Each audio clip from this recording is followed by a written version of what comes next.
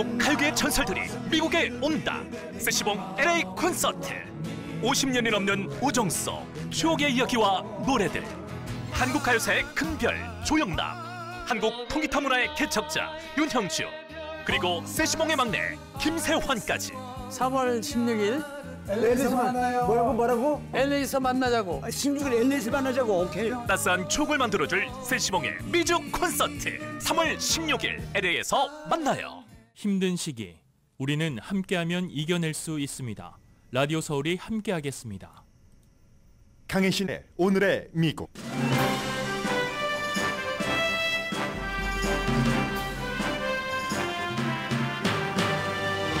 보수 잡지 내셔널 리뷰가 조 바이든 대통령은 선거에서 물러나야 한다고 촉구하는 사설을 실었습니다. 같은 보수 신문인 월스트리트저널도 비슷한 입장을 밝히면서 바이든이 정치 은퇴를 하면 트럼프 전 대통령은 더 어려운 선거를 치르게 될 것이라고도 첨언했습니다.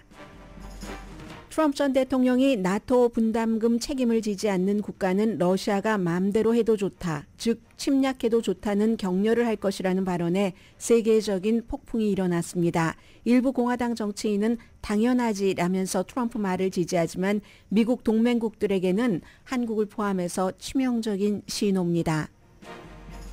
조엘 어스틴 목사가 이끄는 휴스턴 대형교회 레이크우드 처치에서 한 여성이 총을 쏘자 비번인 경찰이 용의자를 사살했습니다. 한 소년이 중상을 입었고 혐오 범죄 관련성을 수사 당국은 주시하고 있습니다. 연방 상원에 도전한 앤디 김 뉴저지 하원 의원이 예비선거에서 영향력 있는 뉴저지 주지사 부인을 눌러 캠페인에 탄력을 받았습니다. 국방장관이 방광 이슈로 다시 중환자실에 입원했습니다. 대통령에게도 알리지 않았다는 지난번과는 달리 이번에는 국방장관이 대행을 확실히 하고 입원했습니다.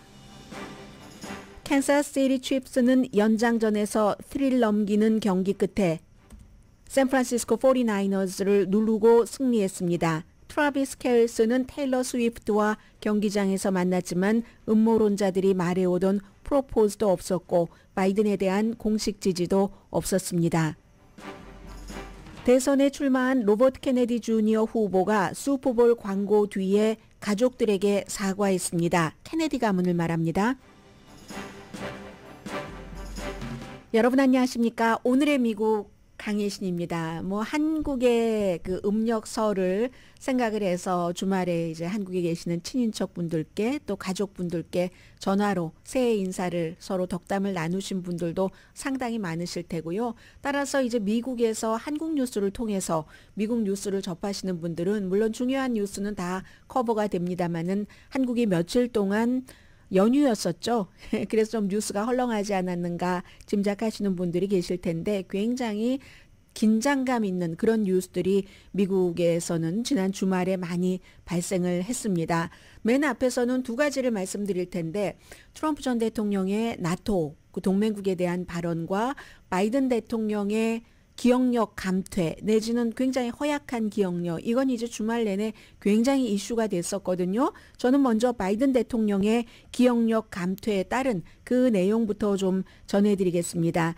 내셔널 리뷰라는 아주 미국의 보수적인 잡지가 오늘은 사설을 통해서 바이든 대통령은 물러나야지 된다 이렇게 지적을 했거든요. 그 내용을 이제 주말에 열심히 즐기시느라고 금요일에 나왔었던 목요일에 나왔었던 그런 뉴스 잊으신 분들에게 다시 한번 리마인드를 하면서 이 내용은 사실은 오늘의 미국에서는 지난번 가을까지는 여러 차례 여러분들께 보도를 해드렸습니다. 바이든 대통령이 정신적으로나 신체적으로나 여러 가지 이제 나이에 따른 건 바이든 대통령의 잘못은 아니죠.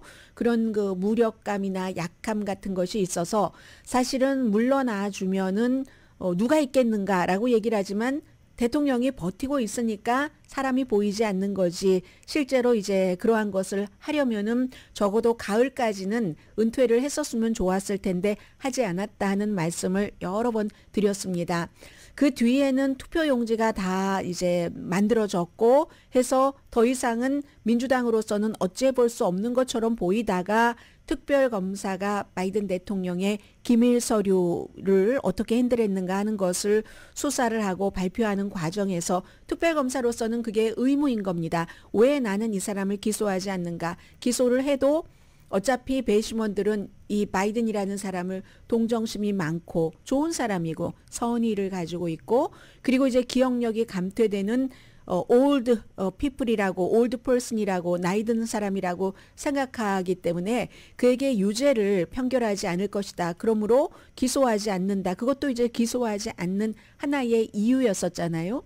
물론 트럼프 전 대통령이 갖고 있었던 기밀 서류와의 여러 가지 비교 같은 면도 있었지만 이게 발표가 되고 나서는 터닝 포인트가 된 겁니다. 비등점이 꽉 올라서 그동안 민주당 내부에서도 현직 대통령이니까 대통령이 하겠다고 하고 대통령 부인이 하겠다고 하니까 어떻게 말하지 못하고 유일하게 딘 필립스라는 미네소타주가 지역구인 연방 하원 의원만이 그에게 도전을 한 거잖아요. 그러다가 이제 그 공화당 트럼프 전 대통령이 지명을 했었던 전에 과거에 이제 검사였었을 때 그때 이제 이 로버트 허라는 한인 특별 검사는 물론 바이든의 행정부에서 메리 갈란드라는 현재 법무장관이 지명을 하고 한 사람이고요. 그래서 이제 이 사람이 이 바이든의 기억력이 이게 정말 나쁜 거야.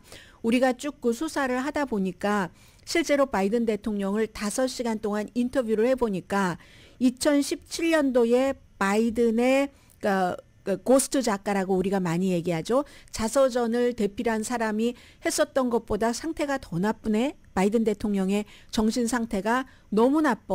기억하지 못하는 것들이 너무 많아. 언제 부통령을 했는지, 언제 아들이 숨졌는지 이게 이제 쫙 나온 거잖아요.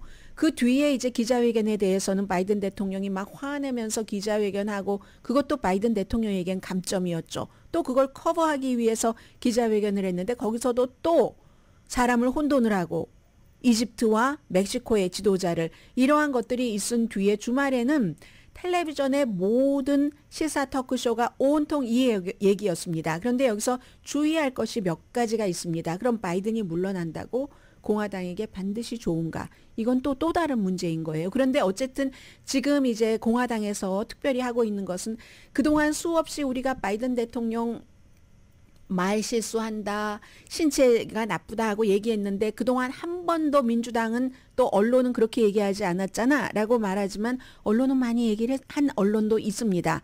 대체적으로 많이 안 했지만 오늘의 미국에서도 또 다른 사람이 이제 나갈 수 있는 그 마감 시한 같은 것을 굉장히 여러 번 말씀을 드렸습니다. 그런데 이제 이게 공론화가 된 겁니다. 한인 특별검사에 의해서. 그리고는 오늘 중요한 내셔널 리뷰라는 보수적인 잡지에 사설이 나왔는데 그겁니다.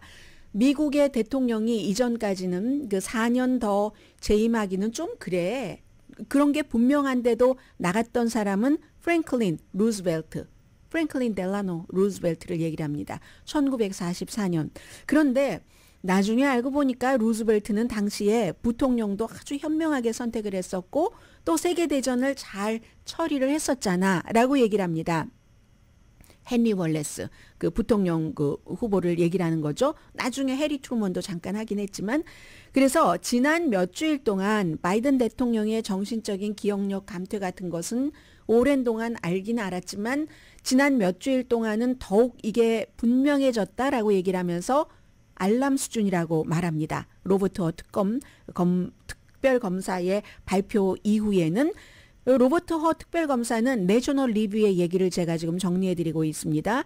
본인이 규정에 따라서 왜 이 사람을 심지어 아프가니스탄 관련해서는 오바마가 틀렸고 내가 맞았어 하는 것을 증명하기 위해서 서류를 기꺼이 기밀 서류를 뭐 200페이지 정도를 가지고 있었다고 하잖아요. 그런데도 불구하고 왜 기소하지 않는가 하는 것을 보고서에 적어야지 되는 그 규정에 따라서 이러이러한 이유로 어차피 배심원들이 그에게 유죄라고 하지 않을 것이니까 라는 것을 설명을 했고 이제 이런 얘기를 했다는 겁니다. 그래서 물론 바이든 대통령이 로버트 특별검사와 이제 특별검사팀과 인터뷰를 할 때는 하마스가 이스라엘을 세상이 상상하지 못했던 방식으로 침공을 하고 아주 그 야만적으로, 그리고 나서 그 다음 날과 다음 날이었기 때문에 대통령이 밤잠도 못 잤을 테고 여러 가지 머릿속에 가득 그 전쟁이 들어가 있을 테고, 그런 것들을 감안한다 하더라도 특별검사는 이건 아니다, 단순한 사실을 기억하지 못한다 했다는 거잖아요. 그래서 공무 수행 능력은 이미 저하되고 있다. 내셔널 리뷰의 얘기입니다. 그리고 지금 나이가 81세고 선거 끝나면 며칠 뒤에 82세고 더 저하될 것이다. 비공개로는 지금 백악관에서 어떻게 하고 있는지 우리는 알 수가 없는데, 분명히 지금부터 선거 때까지 몇 개월, 거의 9개월, 그리고 선거 이후에 4년을 아주 잘할 수 있는가? 이건 아니지. 국민에게 민폐라고 얘기를 합니다.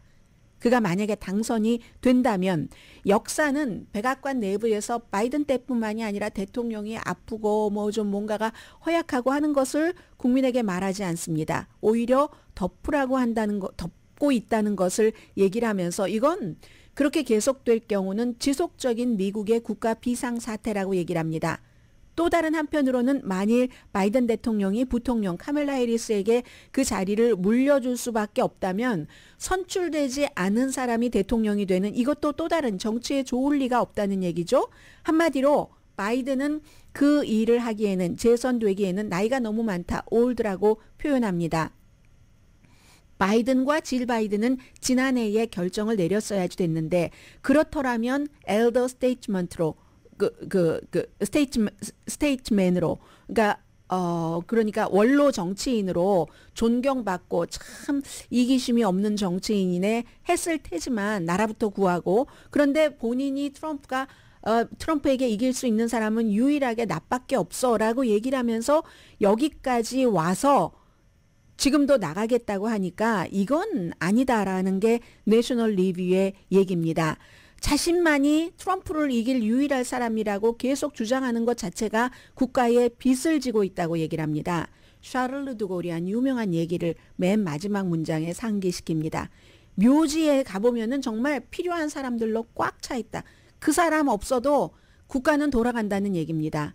그 사람만이 지금 그 트럼프를 이길 수 있고 국가를 제대로 운영할 수 있는 유일한 사람이 아니라는 얘기를 하고 있습니다. 그래서 내셔널 리뷰도 뭐 바이든 대통령이 행복하기를 원하지만 그 행복은 본인이 지금이라도 정치적으로 은퇴를 하고 난 뒤에 이루어져야지 된다는 겁니다. 이건 내셔널 리뷰지만 월스트리트저널도 아주 보수적인 신문이잖아요. 사설에서 민주당이 대통령의 정신적인 허약함, 그 위험성을 계속 무시할 건가? 이건 민주당에게만 나쁜 게 아니다. 국가에 나쁘다. 월스트리트저널도 국가의 경제가 불확실해지고 국가가 불확실해지는 것을 굉장히 싫어하는 신문이잖아요. 라고 얘기를 하면서 월스트리트저널은 8월 시카고 전당대회까지는 확실치 않다고 얘기를 합니다. 이 점은 워싱턴 포스트에서도 따로 구분을 해서 자세히 썼고, 뉴욕타임스도 사설과 머린 다우드라는 칼럼니스트, 또 다른 보수적인 칼럼니스트를 통해서 사이마라까지 얘기를 하진 않았지만 이것의 위험성을 얘기를 하면서 위험하지 않다는 것을 보여라라고 촉구를 했는데, 어떻게 보일 수가 있습니까? 날이 가면 갈수록 기억력은 쇠약해지는데 하면서 월스트리트저널은 그렇다고 해서 민주당에게 얘기를 하는 거예요. 다른 사람이 나온다 하면은 나올 수 있는 방법은 있답니다.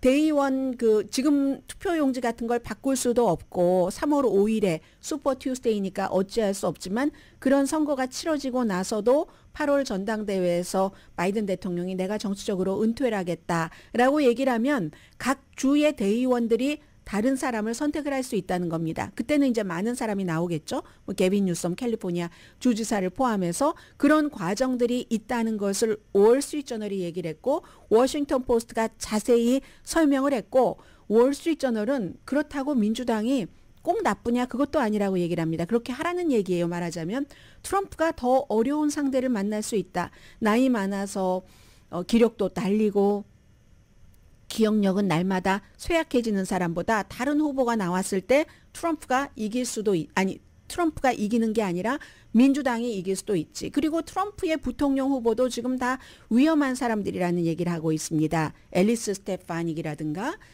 뉴욕이 지역구인 트럼프에 대한 지지만 강조를 해서 동료 의원의 자리도 선배 의원의 자리도 화끈하게 빼앗아 버리는 스테파닉이라든가 아니면 조지아주의 마조리 테일러 그린 아주 황당무계한 음모론을 얘기하는 이런 사람들이 지금 부통령 후보에 오르기 때문에 그렇게 되는 경우 민주당에서 신선한 사람이 나오면 오히려 지금 바이든보다 나을 수도 있다는 게 월스트리트저널의 얘기였고요.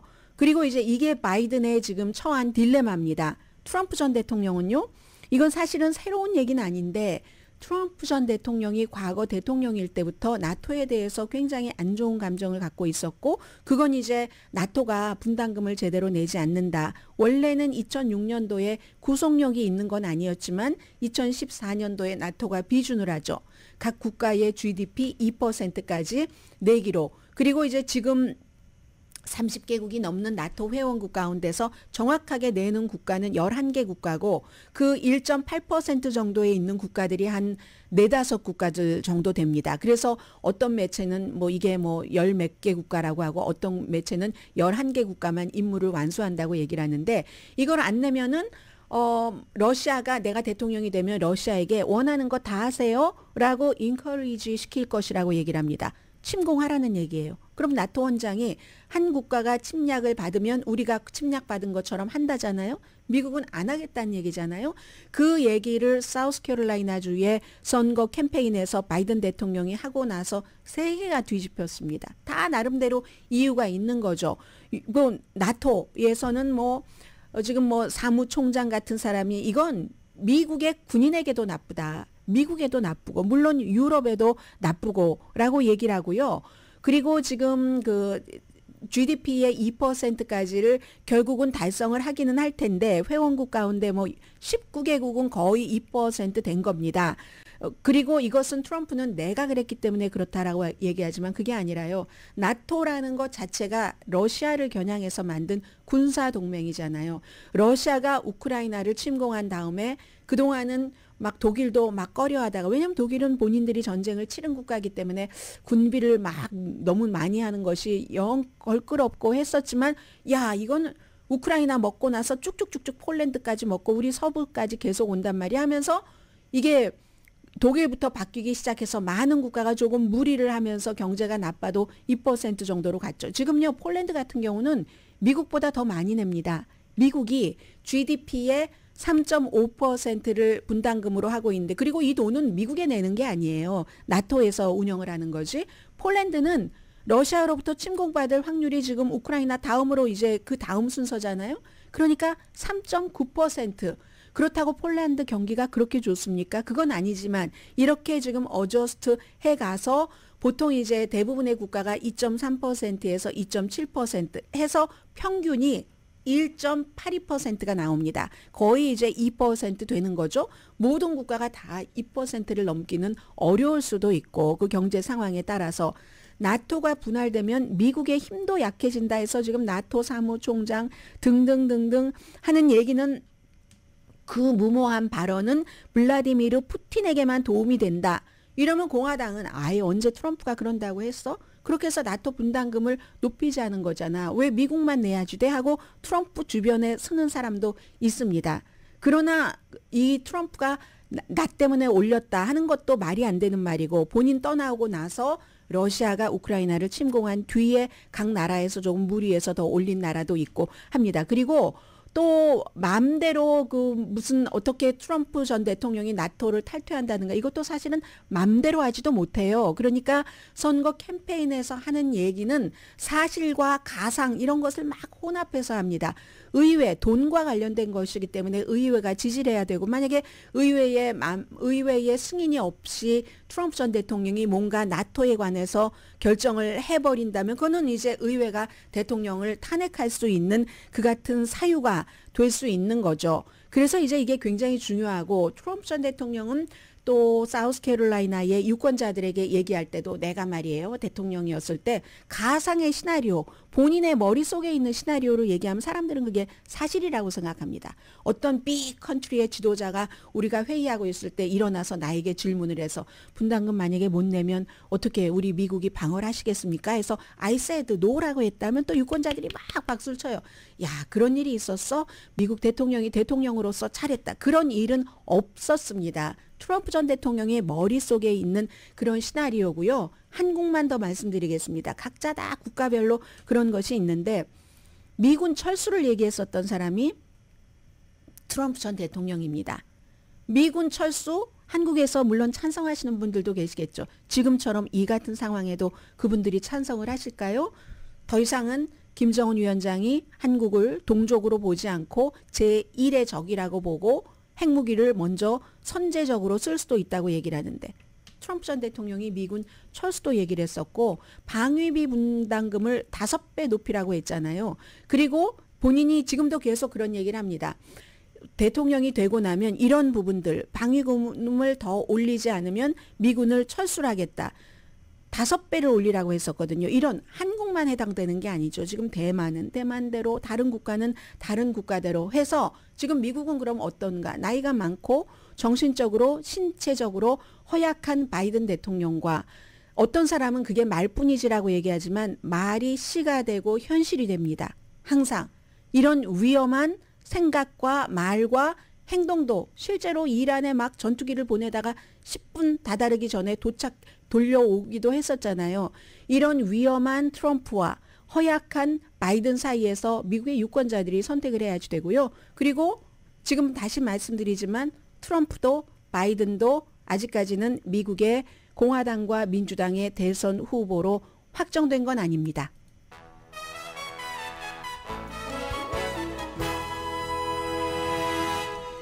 오늘의 미국은 전문가가 추천하는 이민법, 가정법 전문 재인정 종합법률사무소, 총 20억 달러 승소, 교통사고와 상해 전문, 브라이언 타필라와 CG 변호사 그룹, 코지다운 갤럭시 이불은 잠이 솔솔 오게 하는 기능성 거위털 이불로 독일 회사와 함께 생산합니다. 코지다운 갤럭시 이불 공동 후원입니다. 잠시 뒤에 어제 교회 다녀오신 분들은 이 뉴스 들으시고 아주 가슴이 철렁하셨을 겁니다. 레이크우드 처치에 한국 분들이 얼마나 많이 방문을 하세요. 한국에서도 견학가고. 왜냐하면 대형 교회니까. 왜 저 교회는 성공을 하지 않은 의미에서 총격 사건 있었다는 거 전해드리고요. 그 밖에 또 그 중요한 앤디 김 연방 하원 의원의 연방 상원 도전을 포함해서 정치 뉴스 브리핑 해드립니다.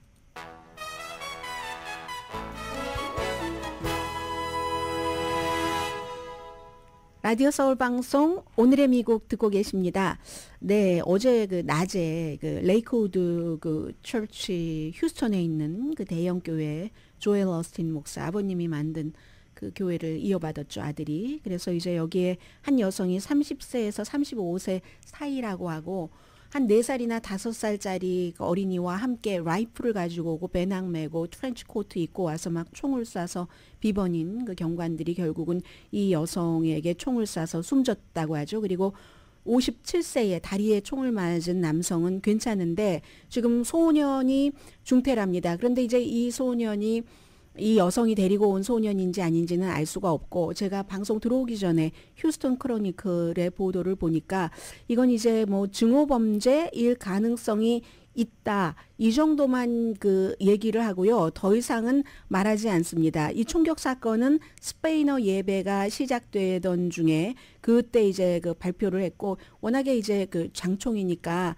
만약에 이제 비번인 경관이 총을 쏘지 않았다면 훨씬 그 더 큰 비극이 있었을 수도 있고 그리고 여성이 당시에 내가 폭발물을 가지고 있다고 얘기를 했는데 폭발물은 없었던 것으로 알려지고요. 바닥에다가 뭔가를 그 뿌렸다고 그런 얘기를 하고 있는데 워낙에 이제 뭐 증오범죄 가능성이 있다고 하니까 그런 것도 그렇고 그 레이크우드 처치가 한 4만 5천 명 정도 참석하고 있잖아요. 예배에 참석하는 사람이. 그것뿐만이 아니라 조엘 어스틴 목사가 워낙에 이제 그 텔레비전을 통해서 목회 활동을 많이 하니까 굉장히 많은 사람들이 온라인과 텔레비전을 통해서 아마 예배에 참석을 하고 있었을 것 같습니다. 어제 이제 이 같은 사건이 있고 나서 이제 담당 경관이라든가 뭐 그 관할 정치인 그리고 조엘 어스틴 목사도 함께 그 기자회견에 참석을 했습니다. 지금은 우리가 안개 속에 있지만 강하게 버틸 것이고 악의 힘이 있지만 하나님의 세력이 더 강하다. 뭐 이런 아주 뭐 기본적인 그 목사로서의 얘기를 했고요. 오늘 이제 이렇게 되니까 다시 한번 레이크우드 처치에 대해서 미국의 많은 그 매체들이 보도를 하는데 뭐 가장 중요한 건 그것 아닌가요? 신에게 충성을 하면 조엘 오스틴 목사의 그 넘버 원 그 인기 있는 이유가 신에게 충성하면 신은 그 자신에게 충성하는 사람에게 물질적으로 보상한다. 이게 조엘 오스틴 목사의 메인 메시지입니다. 설교 자체는 굉장히 심플하고 낙관적이고 뭐 좀 밝고 그런 거죠. 어제 이제 이런 일이 있었다. 그래서 수사 결과라든가 중간에 대해서는 또 이제 기자회견을 할 텐데 아직까지는 오늘은 기자회견을 하지 않고 있습니다. 그리고 이제 미국 국방장관이 다시 병원에 어제 오후에 월터 리드 그 육군 병원에 입원을 했는데 이번에는 이제 방광 문제라고 하거든요. 그렇지만 이제 워낙에 중요한 사람이니까 중환자실로 바로 들어갔고 12월 초에 이제 그 정기 검진을 받던 중에 전립선 암을 발견을 해서 수술을 하고 나서 1월 달에 뭐 배도 아프고 머리도 아프고 해서 이머전시로 갔는데 2주일 동안 일반인들이 잘 몰랐고 거의 그리고 이제 백악관에도 뭐 한 나흘 이 정도 뒤에야 알렸다 해서 굉장히 큰 이슈가 됐었잖아요. 나중에 이제 국방장관이 기자회견을 해서 사과도 했고 그리고 아마 이달 말로 예정돼 있는데요. 그 의회 청문회 그때 왜 그랬는가 하는 그런 이제 청문회에도 참석을 해야지 되는데 이번에는 아무튼 방광 이상으로 입원을 했는데 의사는 언제까지 입원해야지 되는가 이런 것은 알 수 없다고 하지만 이번에는 그래도 이제 부장관에게 그 캐틀린 힉스 당시에도 뭐 어디 여행 갔다가 대신 일하고 했었잖아요. 공식적으로 확실히 그 본인의 일임을 하고 합참의장과 이 두 사람이 백악관에 이런 것을 알렸다고 얘기를 합니다. 퇴역한 그 로이드 어스틴 이름을 말씀 안 드렸었어요. 로이드 어스틴 국방장관이 퇴역한 사성 장군인데 미국 역사상 처음으로 아프리칸 아메리칸 국방장관이 나와서 굉장히 그 주목을 많이 받았고 많은 사람들은 아니 봐라 뭐 찰스 그 3세 영국 국왕 같은 경우는 바로 그 암이 있다고 얘기를 하고 하는데 이거 뭐야 하지만 영국처럼 상징적인 그 왕이라는 사람과 미국처럼 지금 전쟁을 치르고 있는데 우크라이나와 이라크 하마스 전쟁 치르고 있는데 그걸 총관장을 하는 최고의 책임자 국방장관이 아프다 뭐 암이다 이런 걸 발표하는 것은 조금 다르게 취급해야지 된다는 생각은 여전히 듭니다. 그리고 주말에 이게 그 토요일에 있었던 건데 미국은 주마다 다 선거 방식도 다르잖아요. 그래서 뉴저지주가 앤디 킴 연방 하원 의원 3선입니다. 지금 41살인가 그렇죠? 41살인데 일찌감치 이제 정치에 들어가서 3선 의원인데 밥 메넨데스라는 아주 중진이죠. 수십 년 동안 정치인을 했었던 연방 상원 의원이 이집트 나중에는 뭐 터키 문제도 나오던데요. 거기와 뭐 정보 주고 돈 받고 와이프 뭐 여자친구 등등 뭐 다 얽혀 있는 그 문제에 대해서 밥 메넨데스 연방 상원 의원은 아직 유죄 판결을 받은 게 아니기 때문에 나간다 안 나간다 정확하게 얘기를 하진 않았습니다. 그래도 도전을 하는 거죠. 예비선거에서 일단 같은 민주당이니까 앤디 김 그 의원이 제일 먼저 했고 그리고 뉴저지에 살고 계시는 분들은 잘 아시겠네요. 필 머피 주지사가 그렇게 인기가 있다면서요. 그렇게라고 하기는 좀 그렇지만 어쨌든 뭐 46% 이상의 지지를 받고 있으니까 그리고 그가 정치인이 될 때는 항상 태미 머피 와이프가 기금을 굉장히 많이 모아준다고 하잖아요. 이 사람은 한 30년쯤 전에 어떤 그 재정 분야에서 일을 하다가 그 뒤로는 계속 뭐 가정주부였지만 남편의 선거 뒷바라지를 많이 해서 굉장히 잘 알려져 있고 하는 태미 머피가 몇 개월 뒤에 11월 달에 앤디 김 후보가 먼저 선언을 하고 나서 나왔죠. 그런데 처음에 나왔을 때 뭐 오늘의 미국에서는 처음부터 그렇게 보도하지는 않았지만 뉴저지 주지사의 와이프이기 때문에 이거 앤디 김이 힘들 거야. 왜냐하면 뉴저지 주지사가 인기도 있고 그리고 임기가 2년이나 남았습니다. 그러면 민주당이 기득권들이 누구를 지원을 하겠습니까? 주지사가 할 수 있는 본인들에게 줄 수 있는 게 너무 많아요. 그래서 실제로 뭐 기금 모금이라든가 이런 걸 잘했죠. 워낙에 또 기금 모금의 달인이기도 하고 태미 머피가 해서 많은 사람들은 에이 태미 머피가 될 거야 라고 얘기를 했었지만 정치를 좀 아는 사람은 그게 그렇게 쉽지 않을 것이라고 했고 그 쉽지 않을 것이라는 게 일단 토요일에는 어느 정도 증명이 됐습니다. 이게 주마다 달라서 이제 시작인 거예요. 같은 날 딱 한 게 아니라 뉴저지주에서 맘모스 카운티에서 예비 선거를 했는데 민주당에서 누구를 하는가 해서 이제 세 사람인데 세 번째 사람은 뭐 4% 조금 넘게 받았으니까 별로 의미도 없고 앤디 킴과 태미 머피 주지사 와이프가 차이가요. 뭐 숫자는 얼마 되지 않아요. 그런데 차이는 50 몇 퍼센트 대 30 몇 퍼센트인데요. 56.8% 앤디 킴 후보가 받았고 태미 머피 후보가 38.8%. 투표수는 많지 않아요. 265표 대 181표. 작은 맘모스 카운티라는 곳이고 그런데 이 맘모스 카운티라는 곳이 머피 부부가 25년 동안 살았던 동네랍니다. 거기에 속해 있는 레드뱅크에 25년 동안 살았다고 하거든요. 그러니까 이건 앤디 킴에게는 굉장히 좋은 그 신호가 되는 거죠. 그 사람들이 주지사 부부인데 25년이나 살았는데 56.8% 대 38.8%로 이겼다는 얘기잖아요. 그리고 또 주지사도요. 호감도에 대해서는 별 변화가 없는데 비호감도를 주지사 와이프가 지금 연방 상원에 출마한다라고 유권자에게 얘기를 해놓고 비호감도를 조사해보면 비호감도가 민주당에서도 무당파에서도 공화당에서도 뭐 주지사에 관한 거지만 이게 올라가거든요. 뭐 누가 보더라도 뭐 선거 기금 모금은 했다고 하지만 한 번도 정치를 해본 적이 없는 사람. 그에 비해서 앤디 킴 후보는 지금 뭐 하원 의원이기도 하고 연방 젊었을 때 하원 의원을 하기 시작해서 3번을 잘해오고 있고 첫 번째 그 지역구 자체가 원래 공화당 성향이 강한 지역구였는데 민주당으로 나가서 돼서 차곡차곡 좀 신실하다는 이미지가 강한 사람이잖아요. 그래서 이게 앤디 킴 의원이 한 얘기예요. 아니 맘모스 카운티에서 그랬다면 우리가 다른 곳도 뭐 한 20군데 카운티 정도는 더 남았다고 하죠. 우리가 못 이길 게 없는 거잖아 라고 얘기를 하는 거죠. 태미 머피 후보는 58살, 앤디 킴 의원은 41살의 3선 의원입니다. 전체적으로는 앤디 킴 의원이 주 전체적인 지지를 보면 32% 대 20%로 주지사의 와이프 태미 머피 후보보다 앞서갑니다마는 히스패닉이나 흑인계에서는 조금 뒤집니다. 이건 이제 이 태미 머피나 또 그 주지사 필 머피의 여러 가지 그 기득권적인 그런 게 있는 것 같은데 그게 아무리 있어도 표를 주는 것은 그 사람들이 뭐 돈도 지원할 수 있고 뭐 공식 지지 선언 같은 것도 할 수 있지만 표 자체는 일반인들이 주는 거잖아요. 거기서 앤디 킴 후보가 앞서가는 것 같습니다. 뭐 30대에 연방 하원 의원이 되기 전에는 국무부에서 일했고요. 아프가니스탄 전쟁에서 민간인 자문으로 일했고 버락 오바마 당시에 이제 뭐 자문 이런 것을 했었던 국가안보 보좌 같은 것을 했었던 사람이 앤디 킴 연방 하원 의원입니다. 잠시 뒤에는요. 슈퍼볼과 관해서 뭐 경기 자체도 경기지만 뭐 슈퍼볼 하면 광고가 들어가고 정치인들의 움직임이 들어가고 이번에는 특히 테일러 스위프트와 테일러 스위프트의 그 남자친구 애인 트라비스 켈스 애인과의 이런 그 문제들 등등등이 있잖아요. 그리고 새로운 티무라는 곳이 선전을 많이 하더군요. 이 아마존보다 훨씬 싸고 막 쭉쭉쭉쭉 크고 있는 이런 회사.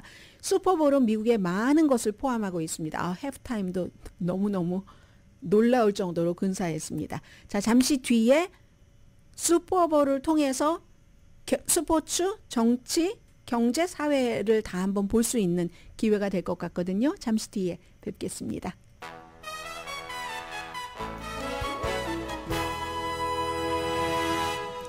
라디오 서울 방송 오늘의 미국 듣고 계십니다. 슈퍼볼 하면은 아주 그 작은 차이로 항상 경기가 끝나잖아요. 챔피언이 결정되죠. 대선처럼. 그리고 그렇기 때문에 그런지는 모르지만 행운의 여신이 이렇게 붙어줘야지 됩니다. 인생처럼. 그리하여 어제 샌프란시스코 49어스가 사실은 경기 면에서는 훨씬 잘한 것이 누가 봐도 그런데 뭐 결과는 이기는 게 챔피언이잖아요. 그래서 이제 결국은 샌프란시스코 49어rs가 캔사스 시티 치프스에게 지고 말았는데 그것도 처음에 이제 이 팀에서 실수를 하고 저 팀에서 실수를 하다가 연장전까지 가서 25대 22였던가요? 작은 스코어 정말 슈퍼볼 치고는 별로 많지 않은 그런 건데 그러니까 이제 뭐 이렇게 되면은 경기적인 면에서 캔사스 시티 치프가 무슨 뭐 5년 만에 3번 이겼다. 거의 20년 만에 처음으로 연속 챔피언을 가졌다. 기타 등등 뭐 하는 얘기를 했지만 샌프란시스코 그 코치가 하는 얘기를 들어보니까요. 좀 할 말이 없습니다. 너무 막 슬프고 뭐 이렇습니다. 뭐 이런 식으로 아무튼 얘기를 했고요. 해프타임에 R&B의 스타 어쇼가 아니 안 춥나요? 라스베가스에서 어제 했었죠. 라스베가스에서 슈퍼볼 한 거 처음이었죠. 라스베가스에 살고 계신 분들 뭐 라스베가스 하면 스포츠 갬블도 많으니까 굉장히 열기가 강했을 텐데 막 우통 벗고 뭐 그렇게 노래를 부르고 또 무슨 뭐 롤러스케이트도 타고 했었잖아요. 무대에서. 그래서 그 에너지 춤추는 막 그 에너지도 그냥 에너지가 아니라 하이 에너지 같은 것 뭐 대단했고요. 알리시아 키즈 뭐 Will I Am 언제의 Will I Am인가요? 막 10년보다도 훨씬 더 Will I Am은 버락 오바마가 대통령이 될 때 이때 이제 한참 위로 올라갔었는데 이런 가수를 저는 처음에요. 이 그 어셔가 노래를 부르는데 너무 많이 불러서 이 하나, 둘, 셋, 넷 몇 가지 세다가 중간에 이제 아이고 안 되겠다고 포기했는데 나중에 알고 보니까 12곡을 그렇게 하이 에너지로 불렀다고 하고 그리고 이제 어제 슈퍼볼 할 때 보셨는지 모르겠습니다만 얼마 전에 말씀드린 뭐 동성애자가 아니더라도 내 손이 돈을 벌어주는 미다스의 손인데 하면서 손을 귀하게 생각하는 스포츠 선수들이 손톱 아트 같은 거 이것도 굉장한 이슈였고요. 그리고 광고는 대단했죠. 뭐 인공지능을 통한 그런 그 광고 뭐 이런 것들도 많이 있었고 뭐 광고야 뭐 여러분들께서 여기저기서 많이 보실 테니까 특별하게 말씀은 안 드리겠습니다만은 저는 하나 눈에 띄었던 게 티무 광고가 굉장히 많았습니다. 많은 분들께서 TEMU 테무라고 읽으시는 티무라는 이제 전부 중국 물건인데 미국으로 오고 직접 배송이 되고 배송비 안 받고 아마존보다 훨씬 싸기 때문에 어떤 건 조잡한 것들도 있지만 그 가격 때문에 그게 모두 가려지는 이 티무가 어제 이만저만한 광고를 한 게 아닙니다. 뭐 30초에 700만 달러인 광고라고 하잖아요. 그로 인해서 제가 오늘 아침에 봤더니 조금 그 주식값은 올라가고 있는데 이 같은 그리고 뭐 틱톡 같은 것도 바이든 대통령도 이때다 하면서 이제 그 슈퍼볼인데 그 정신적인 연약함 때문인지 슈퍼볼인데도 대통령이 2년 연속이나 인터뷰를 안 했잖아요. 뭔가 실수할까 싶어서 그랬겠죠. 그러면서도 틱톡으로 Hey guys 하면서 젊은이들에게 막 인사를 나누는 이런 것들도 있었고 트럼프 전 대통령은 뭐 테일러 스위프트 비난했는데 내용은 제가 말씀드리지 않겠습니다. 별로 뭐 의미도 없는 것 같고 그리고 MVP는 트라비스 켈스가 아니라 코로백인 패트릭 마홈스가 받았는데 이 패트릭 마홈스가 MVP 받은 것도 지금 이제 어제 슈퍼볼에서 가장 뭐 중요했었다고 사람들이 관심이 많았다고 하는 테일러 스위프트하고도 연관이 되는데 테일러 스위프트가 일본에서 공연 끝내고 왔어요. 경기장에 와서 뭐 나중에 서로 키스하고 허그하고 있는데 오늘 파이낸셜 타임스가요. 테일러 스위프트를 트라비스 켈스와 테일러 스위프트가 연인일 수밖에 없는 이유라고 얘기를 하면서 기사를 쭉 썼는데요. 이 트라비스 켈스가 스포츠계에서는 오래 알려졌지만 테일러 스위프트와 연애를 하면서 세계적으로 알려졌는데 이 조합이 완벽하게 이해가 된다는 겁니다. 이게 미국의 정치 문화를 얘기를 한다는 거예요. 이 바로 트라비스 켈스의 정치적인 신념 때문에 오하이오주 클리블랜드 태생입니다. 그런데 모든 가장 유명한 백인 그 운동선수보다 가장 진보적이고요. NFL 선수 가운데서 BLM, Black Lives Matter에 제일 먼저 이제 거기에 손을 뻗쳤던 이런 사람입니다. 그게 스위프트가 경기장에 나타나기 6년 전에 2017년이었어요. 벌써 9월 24일. 여러분들 콜린 캐퍼닉이라고 뭐 그렇게 능한 선수는 아니지만 역시 샌프란시스코네요. 그 선수가 아프리칸 아메리칸의 정체성으로서 NFL 막 조지 플로이드 사건이 있었을 때 무릎 꿇고 국가가 울려 퍼질 때 이때 기억하시죠? 그때 제일 먼저 바로 이 테일러 스위프트의 애인인 트래비스 켈스가 콜린 캐퍼닉과 함께 무릎 꿇기를 했었던 그 흑인에 대한 백인 경관의 잔혹함에 항의하기 위해서 그랬던 선수입니다. 바로 이 트래비스 켈스가 하는 얘기는요. NFL에 풋볼의 반 이상이 흑인 선수인데 하면서 이제 거기에 이렇게 된 거죠. 그리고 이번에 MVP를 받은 패트릭 마홈스 선수도요. 사실은 흑인으로 구분되지만 혼혈이에요. 바이레이셜입니다. 아버지는 흑인이지만 어머니는 백인이거든요. 그런데도 버락 오바마와 똑같은 케이스죠. 미국에서 흑인 피가 들어가면 흑인으로 구분을 합니다. 이럴 때는 백인으로 안 쳐준다. 이 얘기가 더 맞을지 모르겠습니다. 그때의 트래비스 켈스가 바로 같은 팀의 쿼터백 패트릭 마홈스 등등을 생각을 하면서 무릎 꿇기를 같이 했었던 사람이고요. 버드라이트가 무슨 뭐 성전환자 한 사람에게 뭐를 버드라이트 뭐를 보내고 해서 버드라이트 보이코트 운동이 또 많이 일어났었죠. 보수에서. 여기서도 켈스는 그리고 그런 일이 있고 몇 주일 뒤에 버드라이트 광고에 등장을 합니다. 백신에 대해서는 NFL 선수 가운데서 트럼프 전 대통령을 지지하는 선수들도 많습니다. 그래서 또 그런 사람들은 대체로 백신을 거부하잖아요. 그런데 바로 이 켈스는 파이저의 백신 광고에 딱 등장을 하니까 그 얼티메이트 파이팅 그 챔피언십에 그 한 선수가 그 콜비 코빙턴 트럼프 전 대통령을 지지하는 사람 가운데 또 그 얼티메이트 파이팅 그 가장 격렬한 그 격투기를 좋아하는 사람들이 많습니다. 이 콜비 코빙턴이 이 백신을 지지했다고 해서 가장 큰 쓰레기다 하고 트래비스 켈스 그렇게 얘기를 한 적도 있었고요. 아무튼 그런 일들 등등 해서 또 다른 유명한 뉴욕 제츠의 쿼터백이요. 아론 로저스도 백신에 반대하는 사람이잖아요. 그러니까 켈시를 미스터 파이저라고 얘기를 하면서 막 비난하고 이런 일들이 많았기 때문에 사실은 이런 모든 것들을 보면은 테일러 스위프트와 이 트래비스 켈스가 뭐 정치나 사회적인 이슈에서 굉장히 비슷하다 하는 얘기들을 하는 겁니다.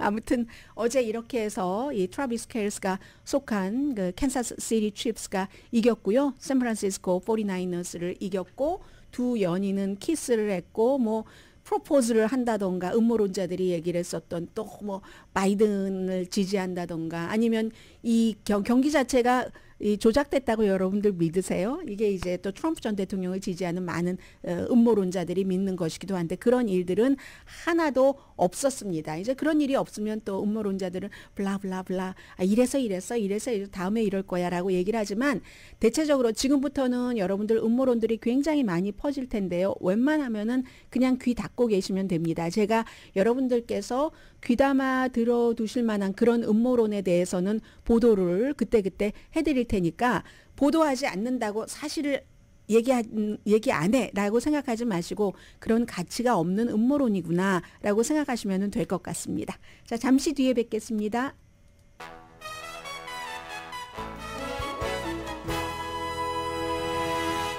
라디오 서울 방송 오늘의 미국 듣고 계십니다. 오늘 내일 그 의회에선 중요한 일들 많이 일어나거든요. 연방 상원에서는 지난번에 국경안과 우크라이나, 이스라엘 지원안이 통과되지 않았기 때문에 그걸 이제 따로 떼서 우크라이나, 이스라엘 지원안만 오늘 그 투표를 할 것으로 예상이 되고요. 2명의 인질이 이스라엘이 특수작전을 해서 구해졌습니다. 이 가자지구의 맨 남쪽 그 라파에서 구해졌는데 또 이스라엘이 공습을 해서 같은 그 기간에 팔레스타인 사람들 라파에 있는 사람들 한 50명 정도는 숨졌고요. 지금 인질로 이스라엘이 구하신 분은 60세와 70세 되시는 분입니다. 바이든 대통령은 이스라엘에 대책을 세우고 공격을 해라. 이거 100만 명이 지금 그 라파 지구야. 그 라파라는 조그마한 도시에 가자 지구의 전체 인구의 거의 반이 지금 모여 있는 겁니다. 그래서 이제 그래라 하니까 벤자민 네탄야후가